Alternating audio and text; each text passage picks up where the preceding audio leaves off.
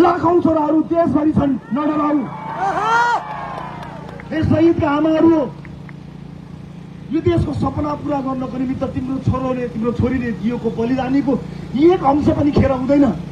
डर राख, किनकि त्यही परिवर्तन गर्नको निमित्त भएर मानिसहरू जागेका हुन्।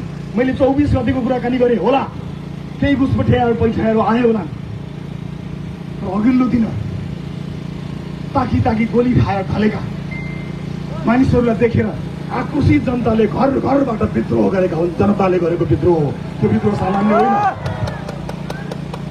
त्यो विद्रोहलाई कतै कुनामा बसेर जिस्काउने चलाउने आँट नगर है, खबरदार। जनताको विद्रोहलाई चुनौती दिने भन्दै संसद बिउताउने हो कि भनेर आँखा चम्काउने र नचाउनेहरू हो होशियार। शहीदको रगत अझै सुकेको छैन, शहीदकी आमाको आँसु अझै ओभानो भएको छैन। खबरदार, धेरै आँखा नचम्काउनु होला। आमा बुवा दाजुभाइ दिदीबहिनीहरू, अब सायद हाम्रो भेट निर्वाचनमा हुन्छ होला। यसभन्दा अगाडि पनि यहाँहरू हाम्रो समक्ष आउने म कोसिस गर्नेछु। त्यो बेलामा ज्यान गुमाउनेप्रति म हार्दिक श्रद्धाञ्जली अर्पण गर्न चाहन्छु। परिवारप्रति मेरो गहिरो संवेदना छ। घाइते साथीहरू, तिमीहरूको शरीरभित्र अहिले पनि गोलीका छर्राहरू छन् होला, चिन्ता नगर्नु। गोलीको छर्रा तिमीहरूको शरीरभित्र भए तापनि सिक्को देशलाई दुखेको छ, चिन्ता नगर। त्यो घाउमा मलम लगाउनको निमित्त लाखौं युवा तिम्रो साथमा आउँछन्। आज हेर्दा तिमीहरू छरिएको जस्तो देखियो होला। हामी एक ठाउँमा छुट्याउँछौँ, तिमीहरूलाई एक ठाउँमा ल्याउँछौँ, छरिनु पर्दैन, एक ठाउँमा ल्याउँछौँ। जेएनजी अभियन्तादेखि नयाँ जति पनि साथीहरू हुनुहुन्छ सबैलाई एकै ठाउँमा ल्याउनको निमित्त राष्ट्रपाले पहल गर्नेछ। तपाईँको रवि लामिछानेले पहल गर्छ, चिन्ता नगर्नु। त्यसका लागि आफ्नो पद, आफ्नो कुनै पनि कुरा के गर्नुपर्छ त्यसको लागि मैले आज होइन हिजै भनिसकेको छु। त्यसैले म सुरक्षा निकायका साथीहरूलाई आफ्नो दिलो ज्यानले सुरक्षामा खटिनु भएकोमा धन्यवाद दिन चाहन्छु। हो, हताहतका क्रममा कयौं प्रहरी साथीहरूको पनि ज्यान गयो, उनीहरूले शहादत प्राप्त गरे।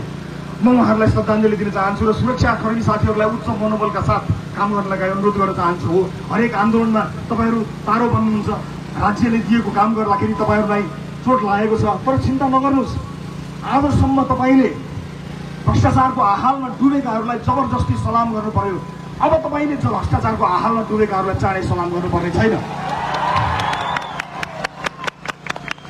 जतिखेर यो देशमा नागरिकको सरकार, वास्तविक जनताले भोट दिएर बनेको नागरिकको भ्रष्टाचारहरू मुक्त सरकार बन्नेछ, त्यतिखेर हिजोको आन्दोलनमा तपाईँले खाएको चोटको पनि बदला त्यतिखेर लिनेछ। सुरक्षाकर्मी साथीहरू, मन साह्रो नपार्नु होला, हामी साथमा छौँ, चिन्ता नगर्नुहोस्। घाउ तपाईँलाई मात्र लागेको छैन, हामीलाई पनि लागेको छ। यहाँ सुरक्षा निकायलाई बदनाम गर्ने कोसिस गर्न खोजिन्छ, कोसिसहरू गरिरहेका छन्।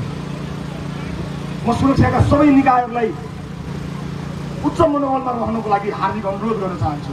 र हिजोको दिनमा जनता बचाउँदा स्याबासी पाउनुपर्ने नेपाली सेनालाई पनि बदनाम गर्ने काम भएको छ। नेपाली सेनाले जति गर्न पर्थ्यो, जति गर्न सक्थ्यो त्यो गरेकै हो, जनता जोगाएकै हो। नेपाली सेनाप्रति उच्च सम्मान कायम गर्न चाहन्छु। सुरक्षा निकाय नेपाल प्रहरीप्रति उच्च सम्मान कायम गर्न चाहन्छु। राष्ट्रलाई कमजोर पार्नको निमित्त यी निकायहरूमा आक्रमण गर्न बन्द गर्नु होला। न्यायिक निकायलाई उच्च मनोबलका साथ अगाडि बढ्नको लागि अनुरोध गर्न चाहन्छु। जसले जे भने पनि हामीले विश्वास गर्ने न्यायालय नै हो। न्यायालयप्रतिको सम्मान कायम राख्नुपर्छ साथी हो। न्यायालयका बहसहरूलाई सडकमा ल्याउनु उचित हुँदैन। न्यायालयलाई सुधार्नुपर्छ, आफ्नो ठाउँमा छ, तर भएको न्यायालयलाई विश्वास गर्ने हो, न्याय दिने न्यायालय नै हो। न्यायालयप्रति पनि मेरो उच्च सम्मान रहेको कुरा पनि म आज यहाँ अभिव्यक्त गर्न चाहन्छु। र यो सँगसँगै आजको यो भन्न खोजेको छोटो हुन गएको लामो मन्तव्य यही टुङ्गाउँछु। 5 मिनट बोलेर जान्छु भनेर आएको, चितवनको यत्रो माया पाएपछि 5 मिनट पो जान्छ।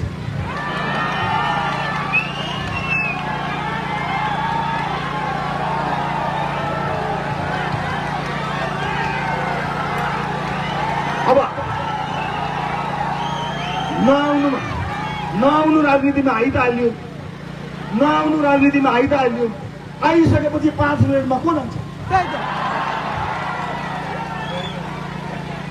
जाँदैन रासोपा, 5 मिनटमा जाँदैन। मेरो प्यारो चितवन, हे मेरो प्यारो चितवन, हे देवभूमि चितवन, यो चितवनले लगाएको यो गुण इतिहासले सम्झनेछ, इतिहासले सम्झनेछ।